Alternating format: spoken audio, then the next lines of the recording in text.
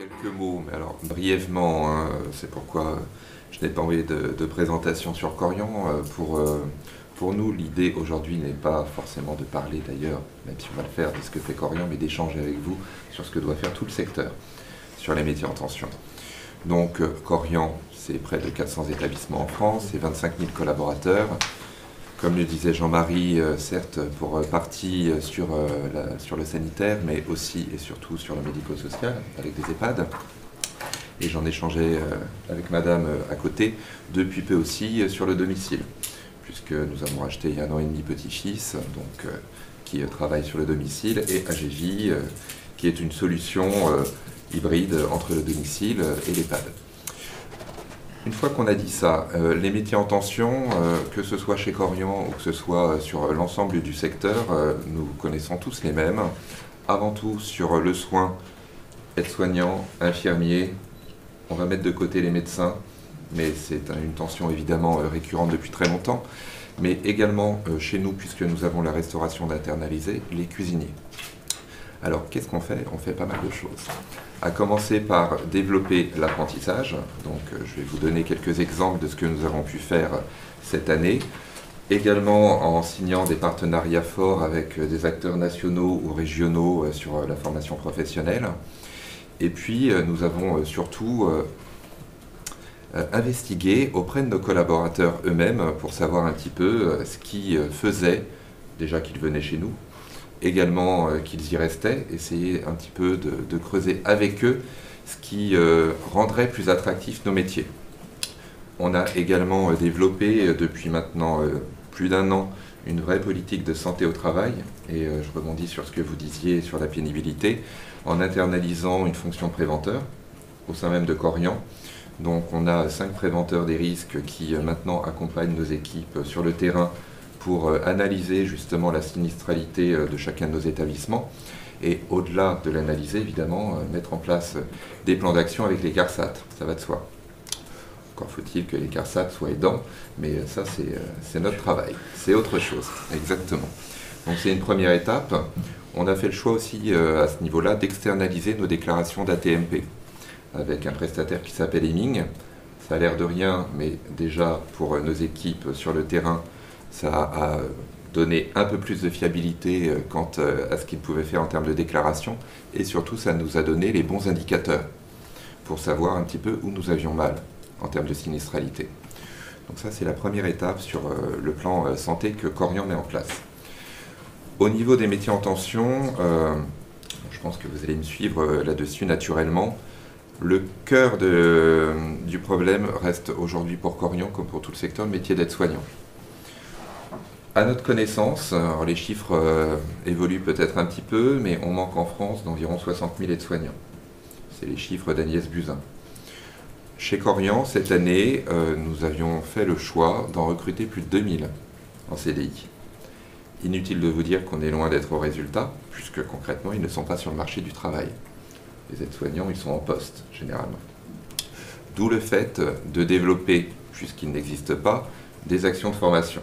L'apprentissage, la VAE pour nos propres salariés naturellement, et puis tout ce qui va pouvoir un petit peu s'imaginer avec le nouvel OPCO Santé dans les années à venir. Je peux vous parler de VAE hybride, de VAE inversé, des dispositifs relativement innovants qui vont peut-être permettre aussi d'accompagner des personnes, alors jeunes ou moins jeunes, exclues en effet du monde du travail. On pense notamment aux personnes qui sont dans des entreprises qui ne sont pas dans notre secteur et qui sont en décroissance.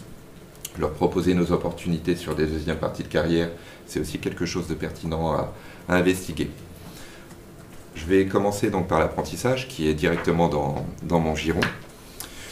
L'apprentissage chez Corian, à date, c'est environ 400 personnes par an. Alors, c'est déjà pas mal, c'est vrai, mais tous métiers confondus. Sur les 400, l'an dernier, nous avions 30 aides-soignants en apprentissage. Donc majoritairement, nos apprentis, ils étaient soit sur des fonctions support, soit sur l'hôtellerie à la restauration. Alors pourquoi? Il y a plusieurs raisons à cela. Et d'une, à mon avis, parce que l'apprentissage dans le secteur de la santé n'est pas quelque chose de très culturel. C'est relativement nouveau. Autant, on en parlait tout à l'heure, Dans le domaine de l'artisanat, c'est quelque chose évidemment très très culturel depuis longtemps. Dans le secteur de la santé, les directeurs d'établissement, les cadres infirmiers, majoritairement, ils ne sont pas passés par l'alternance. Donc, ils n'ont pas forcément cette appétence ou en tout cas cette connaissance de ce dispositif. Donc, il faut déjà accompagner nos managers par rapport à cela. Après, l'apprentissage, s'il n'est pas encore bien développé sur le métier d'aide-soignant, c'est pour 2 raisons majeures. La première, c'est l'existence du concours d'aide-soignant, qui, pour nous, mais je pense que c'est un constat qui est relativement partagé, est un vrai frein pour la plupart des personnes qui souhaitent entrer sur un IFAS. Alors pourquoi c'est un frein? Déjà, c'est un coût, le concours d'aide-soignant. Donc dès lors qu'on est sur des publics précaires, ça va forcément limiter la possibilité pour eux d'intégrer un IFAS. Mais c'est également, ça renvoie forcément à quelque chose de compliqué, de scolaire, ce qui va également freiner un certain nombre d'entre eux. Et enfin, entre le moment où on décide de passer le concours et le moment où on va concrètement intégrer l'IFAS, il peut se passer quand même plusieurs mois. Donc là aussi, il y a bien souvent une déperdition des personnes qu'on pourrait intégrer. Donc, nous œuvrons et nous souhaitons vraiment voir disparaître ce concours d'aide-soignant, l'idée n'étant pas, évidemment, de voir disparaître une sélection à l'entrée en école. La sélection, elle est importante, mais elle doit œuvrer, à notre sens, davantage sur ce que l'on appelle les compétences douces, ce qu'on peut appeler le savoir-être, l'empathie, essentielle pour nos métiers, et également mesurer le niveau des futurs aides-soignants, notamment en termes de français. Parce que le français, ils en ont besoin dans leur métier a posteriori. Et évidemment, ils en auront également besoin. Vous pouvez me couper quand vous voulez, hein, parce que moi je suis lancé. Voilà. Voilà. Ils en ont également besoin naturellement dans leurs études. Au-delà du concours, nous avons, vous le savez, également un quota de places d'apprentis par région. Ce quota, à date, il est ridicule, pour être très clair. Nous avons fait une étude avec un cabinet qui a contacté quasiment l'intégralité des CFA proposant de l'apprentissage en France. Le retour, c'est que nous avons environ 600 places d'apprentis en France, aides-soignants. Bon, je vous disais tout à l'heure combien? 60 000, voilà. Alors en effet, là, il y a un beau sujet. À minima, il faudrait étendre ce quota, voire, pourquoi pas, le faire disparaître. Et ce quota n'a plus de raison d'être, l'apprentissage étant désormais à la main, sauf erreur, des locaux et des entreprises, et non plus des régions. Voilà. Donc ça, c'est un vrai sujet, un vrai débat qui est porté évidemment au plus haut niveau du ministère de la Santé comme du ministère du Travail. Sans ça, on ne pourra pas de toute façon développer l'apprentissage. L'an dernier, c'est cette année, pardon, en 2019, nous avions chez Corian l'ambition de recruter, cette fois, 200 apprentis aides-soignants. Alors je vous disais, tout à l'heure, on en avait une petite trentaine. On a progressé, on en a recruté 70 cette année. Alors 70, quand on voit que ce fameux quota représente environ 600 places, on est plutôt, en effet, proactif. C'est pas mal. Comment nous avons fait? Nous avons approché donc les CFA, après évidemment des établissements où nous sommes implantés bien en amont. Nous avons évidemment approché aussi les prescripteurs, je pense à Pôle emploi, mais je pense aussi, et même surtout, aux missions locales, puisque Corian a signé un partenariat national avec l'Union nationale des missions locales, pour aller au-devant même des contrats d'apprentissage, présenter nos métiers aux jeunes, et aux moins jeunes, et en amont du contrat d'apprentissage, leur permettre de venir découvrir nos métiers sur des stages de découverte. C'est essentiel pour éviter justement les fausses orientations, les ruptures de parcours. Et ce qui fait que, pour le moment, en effet, nous avons pu intégrer 70 apprentis. Une particularité, nous avons donc signé cette année avec la Croix-Rouge un partenariat national qui vise à promouvoir justement l'attractivité des métiers, dans lequel, je reviendrai sur la deuxième partie, mais la première partie concerne justement le développement de l'apprentissage, notamment sur le métier d'aide-soignant. Et nous avons donc le bonheur d'avoir pu ouvrir, là, il y a maintenant une dizaine de jours, une première promotion d'apprentis aides-soignants sur Romainville dans le 93. Nous souhaitions avoir 17 apprentis et nous en avons 25. Comme quoi, Je ne vais pas dire que quand on veut, on peut, mais en tout cas, quand on s'allie, c'est plus facile. Et ça veut dire que dès janvier, nous avons approché les prescripteurs, nous avons présenté le projet. Avec la Croix-Rouge qui a vraiment magnifiquement œuvré, ils ont pu passer le concours dès mars. Puis, il y a eu un deuxième concours en juin et nous avons intégré cette promotion-là en septembre. L'idée de cette promotion Corian, c'est bien évidemment de les accompagner sur le diplôme d'État, mais de pouvoir aussi apporter notre pierre à l'édifice au niveau de Corian avec un module spécifique qui est en cours de création sur la gériatrie et qui manque sensiblement au référentiel d'aide-soignants actuellement dès lors qu'on parle de notre métier. Nous allons, croyez-moi, les suivre comme le lait sur le feu, ces apprentis, puisque le but pour nous, évidemment, de développer l'apprentissage, c'est de proposer les CDI qui sont derrière, évidemment, aux personnes qu'on va accompagner. Faire de l'apprentissage pour faire de l'apprentissage, ça n'a pas de sens. L'apprenti, pour nous, c'est le collaborateur de demain, et c'est là où j'en reviens au fait qu'on doit aussi accompagner nos managers, qui, encore une fois, culturellement, n'ont pas forcément cette vision, voient souvent l'apprenti comme la personne qui va certes donner un coup de main, mais n'ont pas, pour tous en tout cas, compris l'enjeu, étant donné la tension qui existe sur ce métier, de les accompagner au mieux. Donc, d'où le développement d'un fort tutorat également, évidemment, très très important, concernant cette classe dédiée, et on souhaite le faire davantage encore sur 2020, sur d'autres bassins d'emploi, n'est-ce pas ? On sera très très en proximité des apprentis, avec des réunions trimestrielles avec le groupe, et évidemment, on viendra leur présenter les opportunités de Corian bien avant qu'elles terminent leur diplôme. Voilà concernant l'apprentissage aide-soignant. J'ai une petite question sur l'apprentissage. Ah. J'imagine que Oui. le taux de transformation, ensuite, on voit chez vous 100% quasiment. Actuellement, Alors, pas du tout. non. Actuellement, pas du tout. Mais bien évidemment, c'est notre volonté. Complètement. Il est ridicule. Hein, on est là pour se dire la vraie vérité des chiffres, il est de 13%. Oui. Pourquoi ? Pourtant, on n'est pas moins attractif que d'autres. À mon avis, par un défaut d'accompagnement, clairement, de nos établissements. Et aussi, comme je le disais, parce que culturellement, nos managers ne voient pas l'apprenti comme étant un futur collaborateur, à date. Ça, il faut que ça change. Donc concrètement, ils vont, lorsqu'ils ont l'habitude de prendre un apprenti, en prendre un second, une fois que le premier a terminé. S'il y a un poste à lui proposer, très bien. Bon, on a fait une petite étude là sur nos aides-soignants qui justement terminaient cette année. Ce qui est vrai aussi, c'est que dans la majorité des cas, on leur a proposé un CDI en face, et que dans la majorité des cas, ils l'ont décliné, préférant aller sur un autre secteur d'activité aussi que l'EHPAD. C'est ça. Je compléterai tout ça voilà. Tout à l'heure. Ouais. Ce qui est vrai aussi, c'est que certains n'ont pas souhaité s'engager tout de suite vers un CDI, en se disant « je vais aller vers l'intérim, je vais aller en CDD, je vais avoir la prime de précarité qui va bien, et ainsi. » Voilà, ça c'est une réalité. On en a parlé hier. Bon, c'est une vraie réalité, hein. Vous avez dû donc en effet en parler, puisque chez Corian cette année, on avait fait le pari de proposer des CDI à 700 de nos CDD. Ce qui est quand même évidemment un gros enjeu.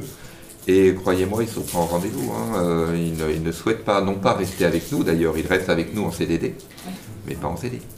Voilà, ce qui évidemment désorganise complètement, je ne vais pas vous le faire, l'intégralité de l'établissement. Voilà pourquoi ils ne restent pas chez nous à date, en tout cas. Non, vous n'êtes pas naïf, vous êtes ambitieux et nous aussi. Voilà. Après, si j'en reviens au partenariat avec la Croix-Rouge, le développement de l'apprentissage, c'est une pierre. Le deuxième, c'est en effet pour Corian d'accompagner, à compter de maintenant, et ce sur l'année, environ 8000 personnes en stage au sein de nos établissements issus des promotions de la Croix-Rouge sur les formations d'AS et d'infirmiers. Bon, l'idée, naturellement, vous vous en doutez, hein, c'est dès lors que les personnes passent en stage, encore une fois, si on a le tutorat approprié, c'est une façon pour nous, on l'espère, de les capter à l'issue de la formation. bien sûr. Voilà. Donc ça, vous pourrez bien sûr l'évoquer après, il n'y a pas de sujet. Autre métier, ceci dit, si j'en reviens à l'apprentissage, c'est le métier de cuisinier. Très important donc chez nous. On recrute chaque année chez Korian environ 300 cuisiniers ou chefs gérants en CDI. On a aussi un fort turnover sur cette population. C'est un métier très très en tension, pas que dans notre secteur d'activité, hein, même dans la restauration traditionnelle. Donc là, on a fait le pari d'ouvrir un CFA hors les murs avec Sodexo, Accor et Adecco. Donc là, on est vraiment interentreprise qui devrait voir le jour en mars 2020 sur, dans un premier temps, 3 bassins d'emploi, l'Île-de-France, Auvergne-Rhône-Alpes et PACA. Et avec, là, une très forte ambition, hein, c'est de recruter 1 millier d'apprentis sur la France, dont une centaine pour Korian, on va être raisonnable. Mais Accor et Sodexo, évidemment, sur la restauration ne sont pas les mêmes joueurs que nous. Et l'idée étant de proposer dans un premier temps un titre professionnel anciennement de niveau 5, maintenant de niveau 2, ramassé, reconnu bien sûr par le ministère du Travail, sur 11 mois, de telle façon à ce que l'on touche les personnes là aussi les plus éloignées de l'emploi, qui ont une défiance vis-à-vis de l'école, et les emmener sur nos CDI au plus vite. C'est une première étape. La deuxième étape sera de travailler sur des diplômes certes plus connus et pour aller jusqu'au bac pro cuisine. Voilà pour ce qui est de l'apprentissage chez Korian à date. Donc on a beaucoup d'ambition. On a aussi, c'est vrai, pas mal de freins. Je reviendrai dessus et on reviendra dessus longuement sur le concours, le quota, pour ce qui est des aides-soignants. Mais une fois qu'on a dit ça, malgré tout, on a ce déficit d'attractivité des métiers. On peut vouloir faire de l'apprentissage, on peut ouvrir un CFA, c'est pas pour autant que les jeunes y vont venir en claquant des doigts. Donc comment, et ça évidemment c'est pour moi tout l'intérêt de nos échanges aujourd'hui, comment faire pour rendre plus attractifs nos métiers? Bien sûr, on a une question de rémunération, on a des questions de conditions de travail, mais c'est sociétal, ça dépasse largement ces champs. Chez Korian, la rémunération sur les métiers en tension a été traitée cette année. Je regarde Madame Jallet, puisque naturellement nos OS sont partenaires des NAO. On a remonté nos grilles de salaire, on va voir ce que ça donne, très bien. Mais lorsqu'on interroge les collaborateurs, oui bien sûr, hein, le salaire, il ou elle en parle immédiatement, mais malgré tout, c'est pas forcément ça le nerf de la guerre. C'est vraiment un équilibre souhaité entre la vie privée et la vie pro, donc on parle des organisations. C'est aussi les perspectives de carrière.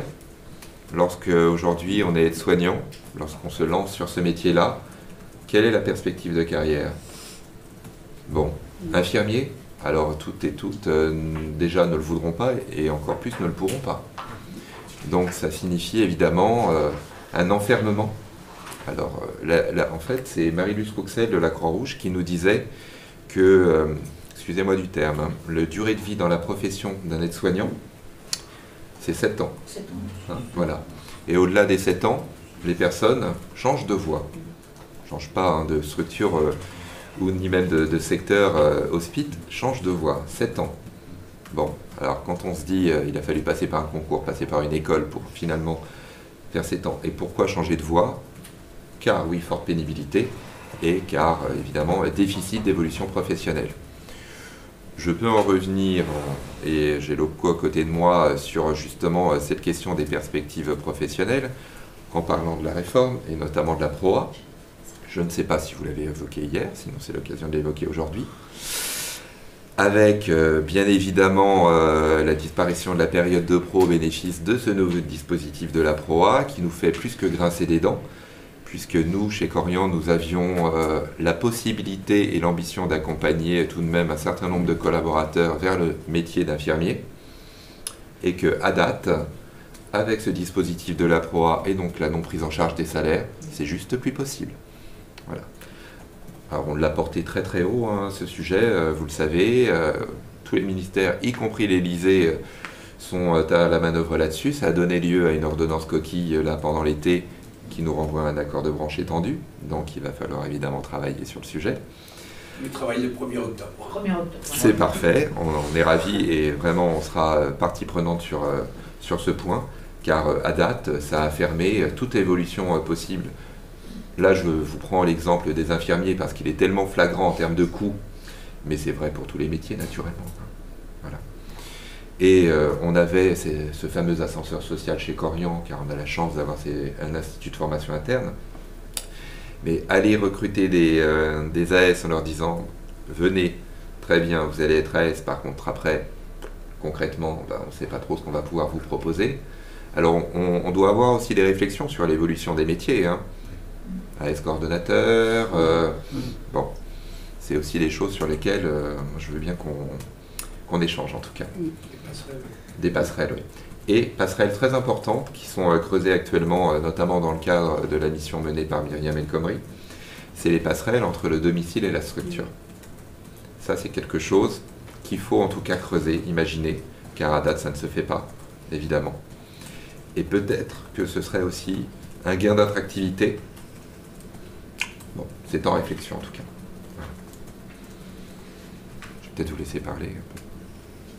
Est-ce qu'il y a des questions? Parce que moi, j'ai deux questions à vous poser. Là, vous avez assez peu parlé finalement des publics éloignés de l'emploi. Oui. Et du coup, je pense que l'expérience cohérente est Oui. intéressante là-dessus. Donc peut-être. Je peux vous en parler naturellement. Une autre question. Oui. En fait, l'attractivité des métiers nous emmène à aller vers tout public. Donc éloigné de l'emploi naturellement. Et ce que nous mettons en œuvre au niveau des publics dits précaires, c'est alors déjà ce partenariat avec les missions locales, hein, ce sont les jeunes éloignés de l'emploi naturellement, cette volonté d'accompagner ces jeunes via 800 stages de découverte sur le territoire national. 200 de nos contrats d'apprentissage doivent leur être dédiés, encore faut-il évidemment que ces jeunes viennent vers nous, ça c'est une certitude, et Korian s'est engagé à leur proposer 1 millier de CDI. Tout ça c'est bien, c'est des beaux chiffres, encore une fois, les jeunes ne viennent pas spontanément parce qu'on leur dit qu'on a du boulot. Bon. Après, nous allons lancer aussi une action avec une ONG qui s'appelle Action Emploi Réfugiés, car là, nous sommes aussi persuadés que sur cette population croissante de réfugiés, qui pour certains sont des professionnels de la santé dans leur pays d'origine, il y a des passerelles à créer. Alors, vous n'êtes pas sans savoir que ce n'est pas parce qu'on est infirmier, médecin, aide-soignant dans son pays d'origine qu'on peut exercer aisément dans notre pays naturellement.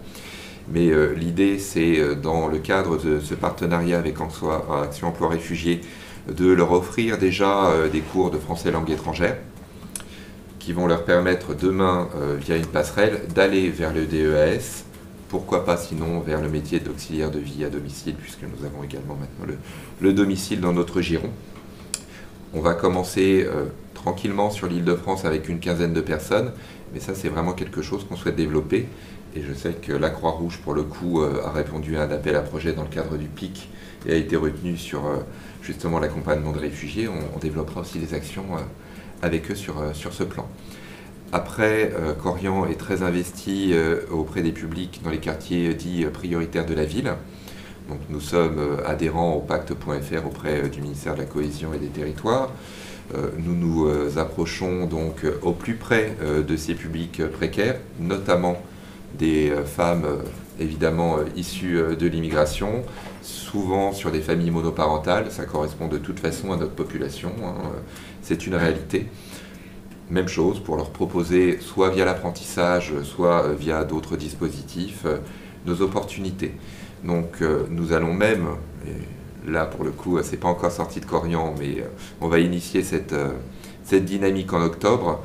Quand je dis aller au plus près des quartiers, avec une start-up qui s'appelle Créative, louer un bus, le bus de l'initiative, pour aller vraiment dans les quartiers, sur les parkings, présenter nos métiers. Et ça, c'est quelque chose qui, demain, pourrait peut-être être réfléchi au niveau d'une branche. Là, on est sur le 93, mais il n'y a pas que le 93, naturellement, au niveau des quartiers prioritaires de la ville. Il y a pas mal de choses. Il faut en fait aller au plus près des territoires. Car les territoires, ils ne viennent pas aux entreprises. Clairement. Voilà. Hier, le délégué adjoint du CINERPA nous indiquait que le CINERPA allait lancer une grande campagne de communication, oui, médiatique. C'est ça, oui. Là, c'est clair. Au niveau télévisuel, notamment, il y a des spots de télé. Alors, je ne les, moi, pas encore vus pour le coup. mais j'ai ouï dire qu'elle serait plutôt pas mal, oui. Après, on a œuvré auprès du ministère de la Santé pour voir s'il pouvait nous accompagner. Alors là, le SINERPA s'est saisi du sujet et c'est très bien ainsi. Mais on avait dans l'idée peut-être un peu utopique que le ministère de la Santé nous accompagne, comme on a vu des spots au niveau de l'artisanat, de l'armée, j'en passe. Oui, non, ça n'a pas l'air aussi simple que ça, apparemment. Voilà. C'est pourtant ce qu'il faudrait. C'est pourtant ce qu'il faudrait, oui, évidemment. Juste pour rappeler 2 études réalisées par l'Observatoire, une sur l'apprentissage qui reprend tout à fait ce que vous avez dit tout à l'heure, les freins et les leviers, et notamment le tutorat, oui. D'avoir un apprenti engagé, une entreprise volontaire et non pas qui subit l'apprentissage, oui. Et vraiment un tuteur actif, c'est les 3 clés de la réussite. Et une autre réalisée il y a l'an dernier, il y a 2 ans, sur le parcours AS-IDE. L'an dernier. Sur le parcours AS-IDE, je le dis pour nos invités, elles sont téléchargeables gratuitement sur le site de l'Observatoire. Et avec tous les bémols que l'on peut mettre lorsqu'on a présenté cette étude, avec justement l'arrivée extraordinaire de ProA, puisque du coup, on coupe le parcours IDE-AS. Exactement. Parce que voilà, on est ou AS ou IDE, on n'est plus l'un devenant l'autre. Exactement. Et c'est vrai, je vous rejoins, il va falloir choisir d'autres passerelles que AS vers IDE, ouais. Parce que c'est une passerelle qui est relativement limitée aussi. Hein, bien sûr. Il ne faut pas se leurrer. C'est compliqué. Il va falloir qu'on mette... Et qui n'attire plus forcément. Ouais. Oui, tout à fait. Oui. Parce que c'est vrai qu'à un moment, aller mettre sa vie entre parenthèses après quelques années d'exercice pour repartir à l'école pendant 3 ans, c'est un sacré challenge. Je crois qu'il y a un écart aujourd'hui phénoménal qui se creuse entre ce qu'on vient chercher quand on veut être aide-soignant, ce qu'on vient chercher quand on veut être infirmier et les perspectives de la profession d'infirmier. On arrive là sur l'interprofessionnalité, sur plutôt des passerelles infirmiers, médecins, kinés. On est sur des formations supérieures qui vont être très universitarisées, voire totalement universitarisées. On a, je crois, perdu peut-être des fondamentaux, c'est un peu oublié aussi en tant qu'infirmier. Et quand aujourd'hui vous identifiez des profils assez extraordinaires chez les aides-soignants, chez qui vous voyez qu'il y a un potentiel phénoménal, et que de manière très naturelle et très idiote vous dites infirmier, ils vous disent mais non. Moi, ce dont j'ai envie, je vais vous donner un exemple d'une élève aide-soignante, une fille avec un potentiel extraordinaire, qui est sortie major de promo, qu'un EHPAD n'a pas su garder là. Qui est partie travailler à domicile, et quand on parle du projet infirmier, elle dit mais non, moi ce que je veux là, j'ai appris à faire du toucher-massage, j'avais un projet pour un cantou, j'aimerais qu'on reconnaisse et qu'on me donne les moyens de ce projet-là, et si on me donne les moyens de ce projet-là, je resterai dans l'EHPAD. Donc je pense qu'on a il y a des joyaux chez les aides-soignants, c'est comment on va les garder et comment on va leur permettre de trouver du plaisir au travail, de la reconnaissance, on n'en avait pas parlé. Se dire que ces gens-là ne resteront pas 30 ans dans l'emploi. Ils sont assez mobiles, zappeurs, mais en même temps, quand ils sont là, ils ont des choses extraordinaires à offrir à nos usagers et à nos entreprises. Et comment est-ce qu'on valorise ça et comment on permet l'expression de ça? Et quand on les retrouve 6 mois après, quelquefois on a l'impression que la fleur, elle s'est un petit peu refermée, quoi. Alors, je pense aussi, mais on en a parlé hier, c'est à nous, au jour d'aujourd'hui, d'aller développer les métiers de demain. Oui, parce que j'en parlerai. Voilà, parce que le métier d'aide-soignant tel qu'il est aujourd'hui, nous dans notre tête, on pense vraiment comme on a dit. Non. Une aide-soignante, si on la promouvoir, si on la valorise, on en fait une infirmière. Non. Mais non, il faut développer d'autres métiers. Les métiers de demain doivent disparaître. Les métiers d'aujourd'hui doivent disparaître au profit de trajectoires, de nouveaux métiers, et peut-être alors, vous parliez de cœur de métier tout à l'heure. C'est se re-questionner sur ce qu'est le cœur de métier. Parce qu'il y a un cœur de métier transversal, mais même en tant qu'infirmier, être un infirmier à l'hôpital aujourd'hui, c'est pas être un infirmier à domicile, c'est pas être un infirmier de pratique avancée. Finalement, est-ce que tous ces gens-là se retrouvent et se reconnaissent? Je ne sais plus. Mais c'est comment vous allez inventer finalement ce noyau dur, ce cœur de métier, et comment vous allez permettre que par trajectoire, par aller et venue entre le lieu de formation et le site employeur, finalement les personnes développent des portefeuilles Alors, je n'aime pas trop parler de compétences, peut-être que je suis un peu à côté, mais je parle de savoir, parce que vous avez parlé de savoir de base tout à l'heure, et c'est important. Mais voilà comment les gens, je reprends l'image de la fleur, hein, s'épanouissent et comment vous leur permettez d'exprimer ça. Quels espaces vous leur donnez en fait. Et je pense que mais les métiers d'aujourd'hui, mais même chez les médecins. Hein. Bien sûr. Mais bien sûr. Bien sûr. C'était d'ailleurs ma deuxième question sur les métiers de demain et sur la start-up interne que vous avez mis en place chez Corian. Parler de Corian Solutions, oui, avec notamment l'offre que nous venons en effet de commercialiser et donc de lancer qui s'appelle Oriane. La volonté en effet de Corian Solutions, qui est oui notre start-up interne, c'est de réfléchir alors aux solutions vis-à-vis de nos résidents et patients, mais on ne peut pas parler des résidents et patients sans parler des métiers, ça va de soi.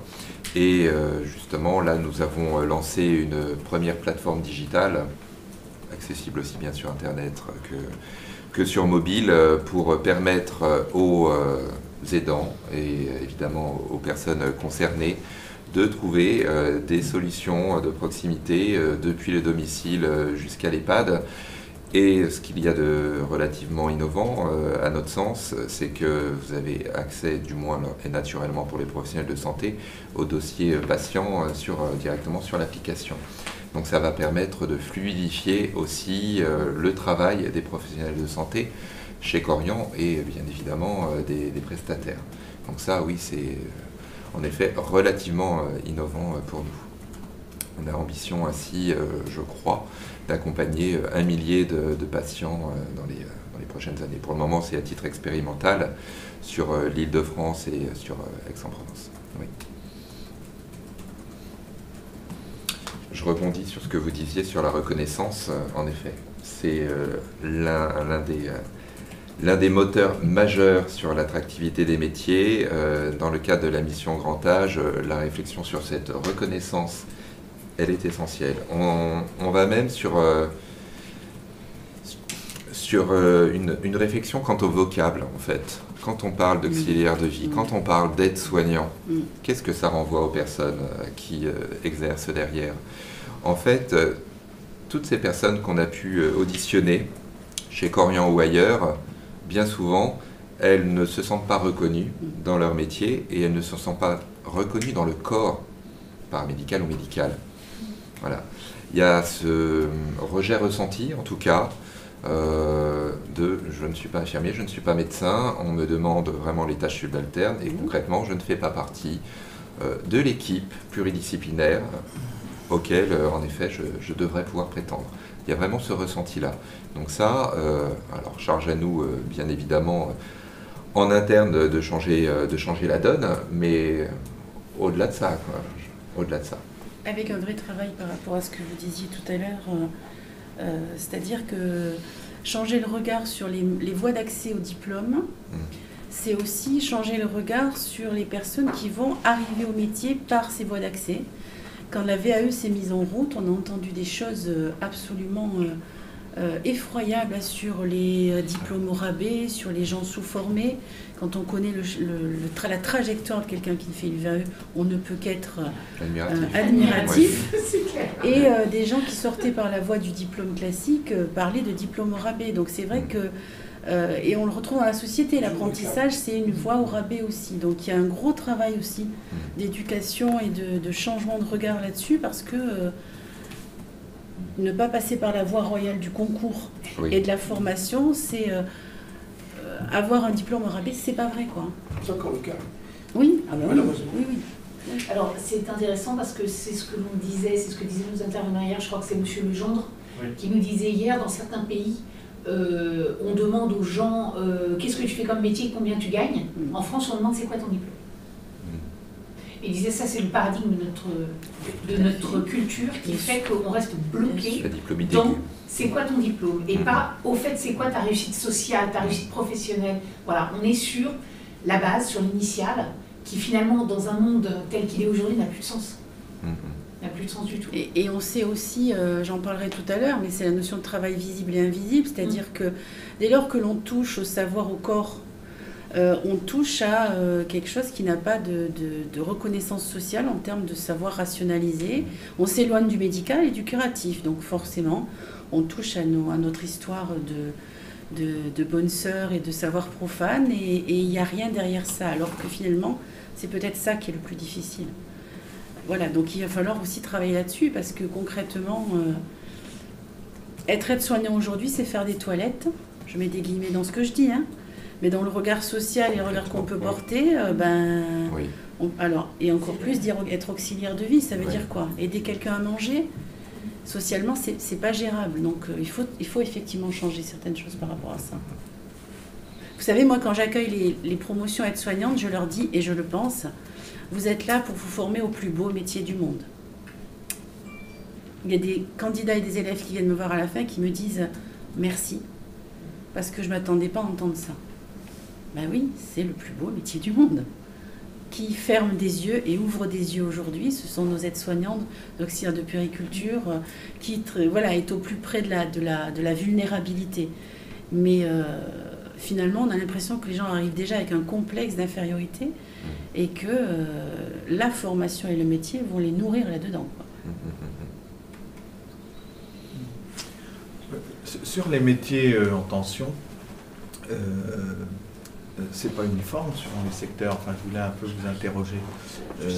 C'est surtout sur le secteur de la gérontologie. Enfin, je voulais un peu vous interroger. Nous, chez nos adhérents, juste vous présenter. Excusez-moi. Donc Bernard Callon, invité par l'Observatoire, et je suis à Unifaf. Donc c'est l'Observatoire de tout le secteur privé non lucratif, et nous allons bien sûr travailler ensemble. On va se rejoindre l'un l'autre dans l'Opco-Santé. Voilà, alors, je suis par ailleurs à la FEAP, qui est une des fédérations qui est dans la mouvance du secteur privé à but non lucratif, qui fédère des établissements MCO, gérontologie, soins de suite, etc. Donc, si vous voulez, nous, le sentiment qu'on a, c'est que la question des métiers en tension, elle est surtout sur le secteur de la gérontologie, c'est-à-dire maison de retraite, etc. Donc, est-ce que vous confirmez cela? Parce que nos adhérents MCO disent, nous, on n'a pas de problème de recrutement d'aides-soignants. Est-ce que c'est vrai? Est-ce que vous le confirmez? Mais je ne sais pas, c'est plus... donc, c'est une question de secteur, un peu. Donc, ça donne à voir un peu différemment. Je pense que tout le secteur de la santé est impacté, mais certes à des degrés divers, c'est vrai. Et que oui, le secteur de la gérontologie est sans doute celui qui fait le moins rêver et renvoie à l'image la plus dégradée. C'est vrai, oui. En mixant là-dessus aussi des disparités géographiques selon les bassins d'emploi. Oui, c'est vrai, si ce n'est que ces disparités tendent quand même gentiment à s'étioler. Et nos problématiques de recrutement, qui l'an dernier étaient très encore ciblées sur certains bassins d'emploi, sont devenues généralisées cette année.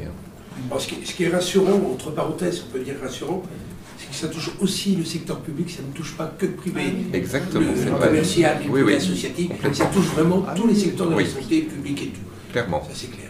Oui.